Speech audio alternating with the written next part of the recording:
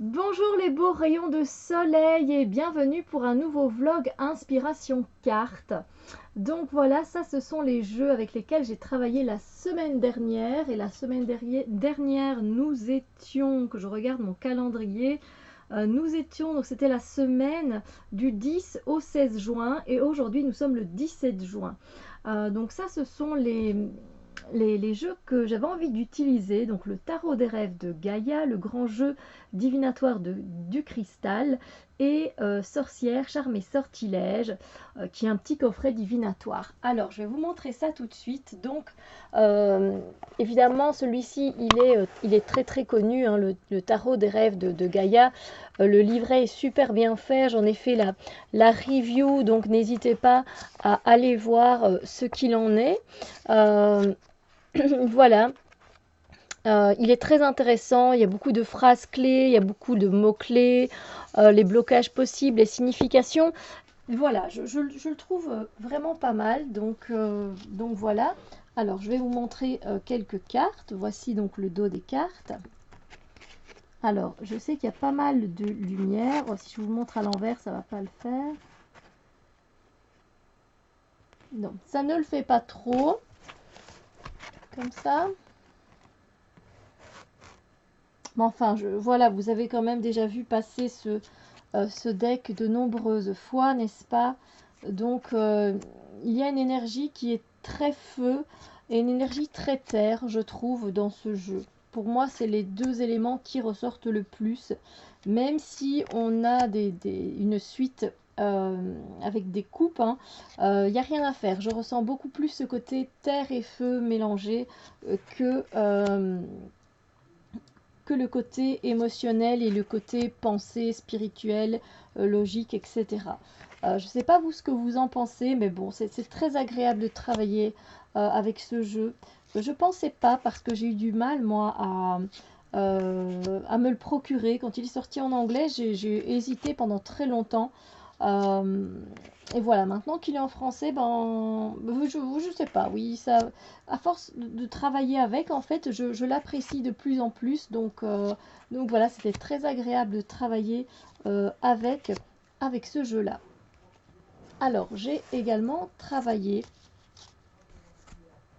avec le grand jeu divinatoire du cristal. Alors là, je ne l'ai pas dit, mais c'est de Ravin Felon. Voilà, aux éditions Vega, Très Daniel, vous pouvez trouver ce jeu.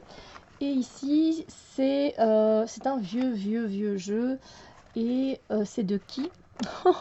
Alors là, c'est pas spécialement indiqué. Je vais regarder, il y a un petit livret. C'est de Marie Delclos. Voilà. Alors, je sais pas. Apparemment, c'est un deck qui est assez dur à trouver. Voilà, de ce que j'ai entendu dire. Alors, il y a des éléments. Alors, il y a beaucoup de cristaux, hein, parce que c'est le jeu divinatoire du cristal. Donc, voilà. On retrouve les chakras. Donc, ça, je trouve ça très intéressant. Et je sais pas, je l'aime beaucoup. J'ai bien aimé le ressortir. Les messages sont très clairs, je dois dire. Moi, je ne vais pas voir les messages dans le livret, mais voilà. Euh, alors, des fois, les mots-clés ne me conviennent pas. Voilà, donc je ne regarde pas les mots-clés, tout simplement.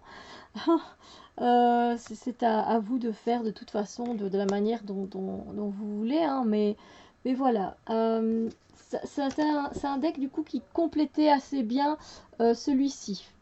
Voilà, donc c'était assez agréable de travailler avec lui.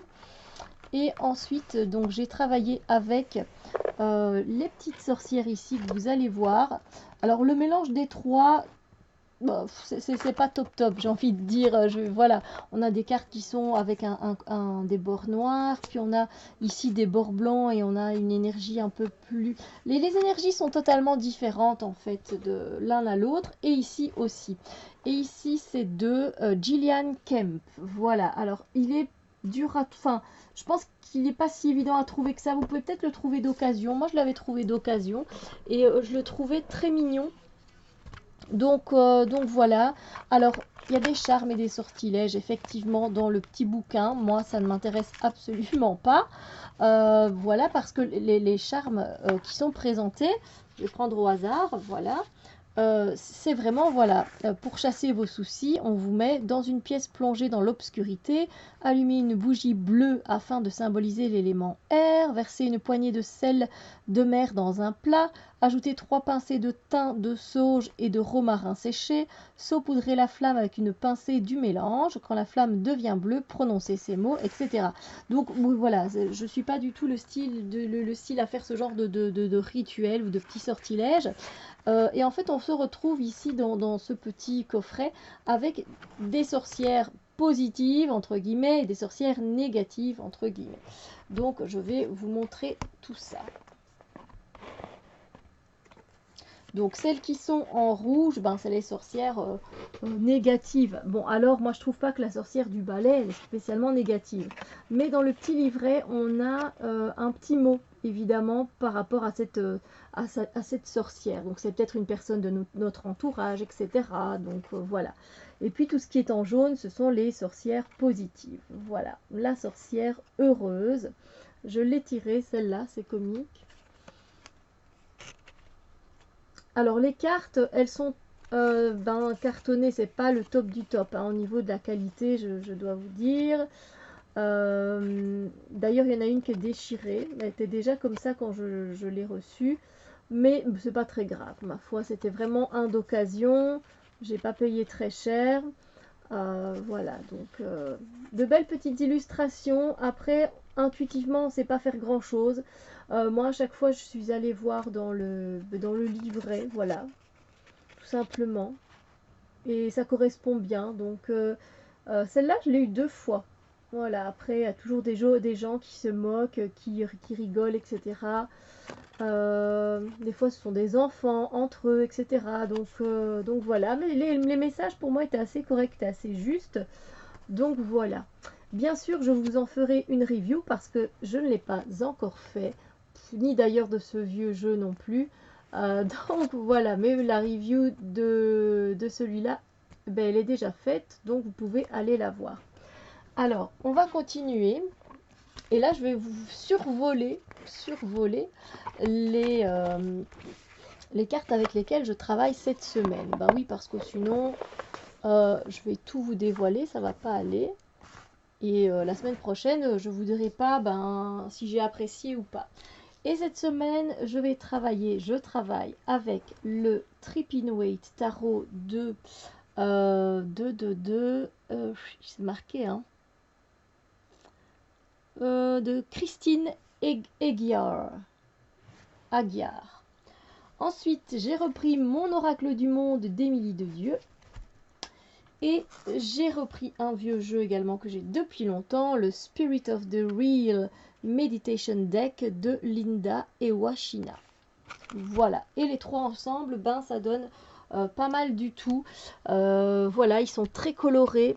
Et puis il y a aussi des animaux et j'aime bien. Voilà. J'aime bien retrouver la nature, les animaux dans les decks que j'emploie.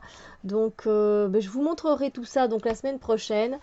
Et voilà, n'hésitez pas à me dire, vous, quels sont les jeux que vous avez employés ou que vous allez employer cette semaine ou avec lesquels vous avez envie de travailler, peut-être pour un sujet particulier. Moi, ça me fait toujours plaisir de vous lire, sachez-le, et je vous réponds avec joie. Sur ce, passez une merveilleuse journée et je vous dis à très bientôt pour d'autres vidéos. Bisous lumière!